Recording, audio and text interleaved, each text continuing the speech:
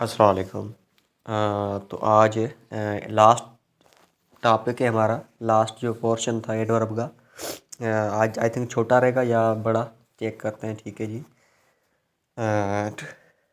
तो फर्स्ट हमारा आज रूल रहेगा। यहाँ पर ये कह रहा है जब भी सब्जेक्ट के बाद टू बी वर्ब आ जाए। कौन से वर्ब? To be. ये भी याद रखें। मैं ना आराम आराम से पढ़ा रहा हूँ जैसे आपको क्लियर हो जाए। टू बी वर्ब जैसे आते हैं इज़ेमार, वाजवर, ये आते हैं। ठीक है। उसके बाद एक्शन वर्ब कौन से? बीकम, सीम, लुक। इनके बाद ना आपको एड वर्ब का इस्तेमाल बिल्कुल नहीं करना है। ठीक है। फिर से बता रहा, टू बी वर्ब कौन से? इज़ेमार, वाजवर। एड मेन वर्ब या एक्शन वर्ब कौन से? बीकम, सीम, लुक। इसके बाद एड वर्ब यूज़ नहीं करना है। तो याद रखें, उसकी बजाय हमें एडजेक्टिव लगाना है। ठीक है जी। तो यहाँ पर सेंटेंस देखें। पहला वाला, the story of Salma is said. Story of Salma, Salma के बाद इज़ आ गया। इज़ के बाद हम क्या लगाएं? यहाँ पर सेड ली लगाएं या सेड लगाएं? सेड ली लगाएंगे तो एडवर्ब बन जाएगा, सेड लगाएं तो एडजेक्टिव बन जाएगा। तो आपको मैंने रूल के मुताबिक क्या लगाना, ये इज़ यहाँ पर टू बी वर्ब है। ठीक है। तो मैं यहाँ पर एडजेक्टिव लगाऊंगा। ठीक है। उसके बाद देखिए, सडनली ही बीकम सिली। सिली, सिली यहाँ पर एड वर्ब नहीं है, भले लास्ट में एल वाई, क्योंकि कुछ ऐसे वर्ड होते हैं ऑलरेडी पहले से उसके लास्ट में एल वाई होते हैं। ठीक है। तो यहाँ पर बी कम्स आ चुका है ना, तो सिली यहाँ पर एडजेक्टिव है। सीम्स के बाद देखें, डेस्परेट, डेस्परेट यहाँ पर ये एडजेक्टिव है। एब्सर्ड, ये भी एक एडजेक्टिव है क्योंकि अपेयर आ गया। यहाँ पर अपेयर शो नहीं हो रहा, यहाँ पर शो हुआ है सीम। सीम, अपेयर या लुक, इसकी मीनिंग थोड़ी बहुत मैचिंग होती है। ठीक है। फिर से बता रहा हूँ, टू बी के बाद and, become, seem, look, appear, इसके बाद आपको एडजेक्ट का यूज़ करना है। ठीक है जी। यहाँ पर नेक्स्ट देखें। यहाँ पर ये कुछ इन्होंने हेडिंग दी। ये ना सेंसरी वर्ब्स होते हैं। सेंसर वो होते हैं सेंसरी वर्ब जो हंसासी होते हैं, सॉरी, हंसियाती, जिसमें कुछ फील हो। ठीक है। तो इस सेंसरी वर्ब के साथ आपको एडजेक्टिव यूज़ करें। ठीक है। यहाँ पर भी आपको एडवर्ब यूज़ नहीं करना है। वो कौन से, अब देखते हैं। ठीक है।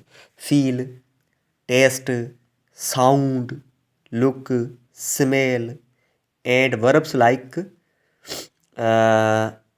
Ramen, prove and grow. इनके साथ ना आपको इनके बाद, ठीक है, आपको एडजेक्ट का यूज़ करना है। एडवर्ब का यूज़ बिल्कुल नहीं करना है क्योंकि ये सेंसरी वर्ब होते हैं। तो जैसे कि उन्होंने पहला सेंटेंस दिया है, सलीम फील्ड हैप्पी। यहाँ पर सेंस गलती जो एग्जामिनर आपको ऐसे पूछेगा, सलीम फील्ड हैप्पीली, इसमें गलती क्या है?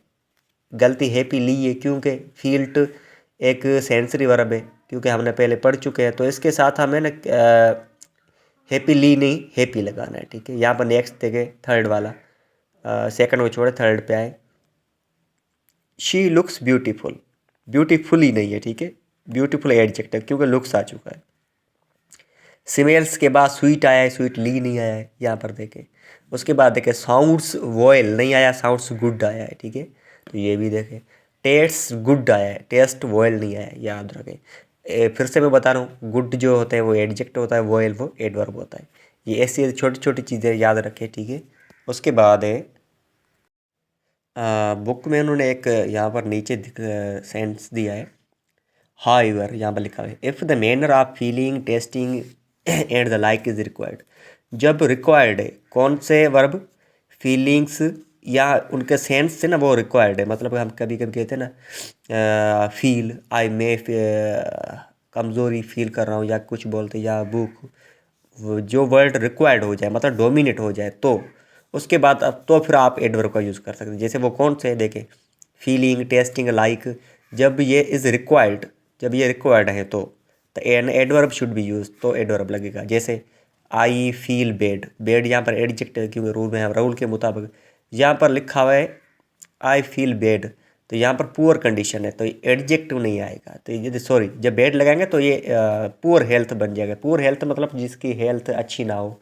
यहाँ पर करेक्ट क्या होगा कि वो फील आ चुका है या फील यहाँ पर रिक्वायर्ड है, तो करेक्ट ये रहेगा। देखें, आई फील बेडली, तो इसकी मीनिंग अब क्या बनेगी? देखें, हाँ देखें, आई फील बैडली, तो यहाँ पर बैडली एडवर्ब है, फील के बाद एडवर्ब आया क्योंकि यहाँ पर रिक्वायर्ड था। इनकी मीनिंग ये होगी, means the sense of touch is impaired. जो टच वाला सेंस है ना, इम्पेयर्ड, इम्पेयर्ड मतलब बैडली, मतलब इम्पेयर्ड मतलब तबाह हो चुका है, ख़त्म हो चुका है। सेंस ऑफ टच, सेंस ने आपने सेंस पढ़ा होगा साइंस में, ठीक है। यहाँ पर रिक्वायर्ड था तो हम बैडली लगा सकते हैं एडवर्ब, ठीक है जी। नेक्स्ट हमारा है, यहाँ पर देखें जब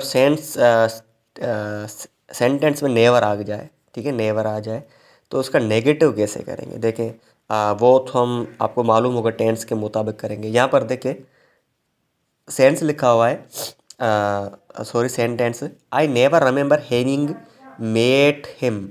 यहाँ पर सेंस ये क्या कौन सा दे रहा है, आई नेवर रिमेंबर, रिमेंबर प्रेजेंट है, तो यहाँ पर सेंस ये दे रहा है प्रेजेंट सिंपल का। तो इसका नेगेटिव मैंने क्या बोला, नेगेटिव आप टेंस के मुताबिक बनाओगे। तो यहाँ पर प्रेजेंट सिंपल लेना, तो आपको do not and does not लगाना है। तो अब यहाँ पर सब्जेक्ट देखे पहले कौन सा है, आई, तो आप नेवर एंड डू नॉट दोनों तो नहीं लगा सकते, तो नेवर को हम रिमूव करके उसकी जगह पे डू नॉट लगाएंगे, क्योंकि ये सेंस प्रेजेंट सिंपल कहते हैं। तो करेक्ट क्या होगा इसकी, नेगेटिव। पहले पहले आप ये देखें, I never remember having met him, ठीक है, इसका नेगेटिव ये बनेगा, I do not remember having met him. ये देखें नेवर का जब आ जाए तो उसको टेंस के मुताबिक आप नेगेटिव बना सकते हो, ठीक है जी। उसके बाद है इन्होंने एक सेंटेंस दिया, लेकिन ये इसको एक्सपेक्टेड नहीं कर सकते ये टेंसेस में आएंगे या नहीं। यहाँ पर मैं जस्ट आपको उसका आपको मिसाल दे सकता हूँ। आपको तब लगेगा जब आपका कोई सेंस होगा ना, वो मनफी होगा, नेगेटिव होगा, ठीक है। जैसे ही इज़ इल, नीचे देखें लिखा हुआ है he is ill comma of course, ठीक है। उसके बाद देखें नेगेटिव सेंस आ रहा है, तो देखें ही के नॉट कम, ही इज़ इल। उसके बाद इसका जो रिजल्ट है ना, देखें ही कैन नॉट कम, वो नेगेटिव में, he is ill of course he can not come. तो यहाँ पर एग्जामिनर आप यूँ पूछेगा, he is ill dash he can not come, यहाँ पर सर्टेनली आएगा या ऑफ कोर्स आएगा। तो आप देखे लास्ट में जो रिजल्ट होगा ना वो नेगेटिव है, तो आप ऑफ कोर्स लगाएं, जब फिर पॉजिटिव है तो आप सर्टेनली लगाएं, ठीक है जी। या ऊपर देखें उन्होंने सेंटेंस है, my son of course won the prize. यार वॉन द प्राइज ये तो पॉजिटिव है, तो जो सेंस, वैसे सेंस तो करेक्ट है, लेकिन sense according to the grammar ये गलत रहेगा। तो करेक्ट क्या लेगा, यहाँ पर देखिए माई सन सर्टेनली वॉन द प्राइज, क्योंकि लास्ट में पॉजिटिव सेंस आया, तो ये करेक्ट रहेगा, ठीक है जी।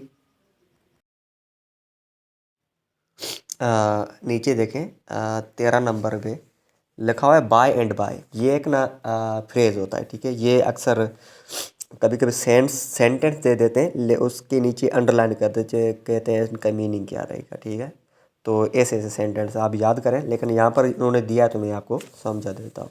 बाय एंड बाय की मीनिंग होती है जल्दी, बिफोर, मतलब मैं कहते कभी कभी हम कहते हैं ना ये 5 बजे आज आ जाएगी ट्रेन, तो मैं बोलूँगा आज 2 मिनट पहले आ जाएगी, जल्दी आ जाएगी, ठीक है।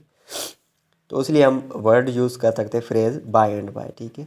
तो उसका यूज़ कैसे करें, यहाँ पर देखें उन्होंने बुक्स में जो सेंटेंस दिया दे, यहाँ पर ये बात याद रखना, जो सेंटेंस है ना उसका सेंस ही जल्द की माना का दे रहा है, तो आप बाय एंड बाय लगाएं। उसके बाद मैं बता रहा हूँ, ठीक है। दे यहाँ पर देखिए, they will arrive here, arrive माना पहुँचना, माना काम ही आने का, जल्दी पहुँचने का है, तो मैं यहाँ पर बाय एंड बाय लगा सकता हूँ, they will arrive here by and by, ठीक है, ये करेक्ट रहेगा। यहाँ पर उन्होंने गलती क्या की है, यहाँ पर देखें मेरी ऊपर फिंगर्स आ चुके हैं, लेकिन फिर भी आप कोशिश करें। सेंटेंस दिया है, the visitors went away by and by. यहाँ पर देखिए विजिटर्स मतलब इंडिविजुअल आ चुका है, बंदा एक एक बंदा, मतलब घूमने वाला बंदा एक एक होगा ना, तो इसलिए यहाँ पर वन बाय एंड बाय नहीं होगा, यहाँ पर घूमने की बात, यहाँ पर घूमने की बात हो रही है, ठीक है। घूमने के लिए यहाँ पर ये नहीं कि ये जो विजिटर है ये जल्दी पहुँचने वाले हैं, ठीक है। तो यहाँ पर करेक्ट क्या होगा, 1 बाय 1 होगा, ठीक है जी। उसके बाद देखें ही recovered his health by and by. यहाँ पर देखें सेंस रिकवर्ड मतलब सेहतियाब होने का है, तो यहाँ पर या तो कोई काम जल्दी तो होगा ही नहीं, तो यहाँ पर ग्रेजुअली सही रहेगा, तो ही ग्रेजुअली रिकवर्ड हिज हेल्थ, ठीक है। उसके बाद देखें यहाँ पर हेल्थ का, तो हेल्थ के लिए उन्होंने वर्ड दिया है ग्रेजुअली। ठीक है, ठीक है जी। लास्ट है हमारा the water all flowed out by and by. तो यहाँ पर होगा little and little by little. Little by little क्यों लगाया है, इनकी मीनिंग ये होगी, जो पानी है ना वो ड्रॉप की सूरत में होता है। ठीक है जी।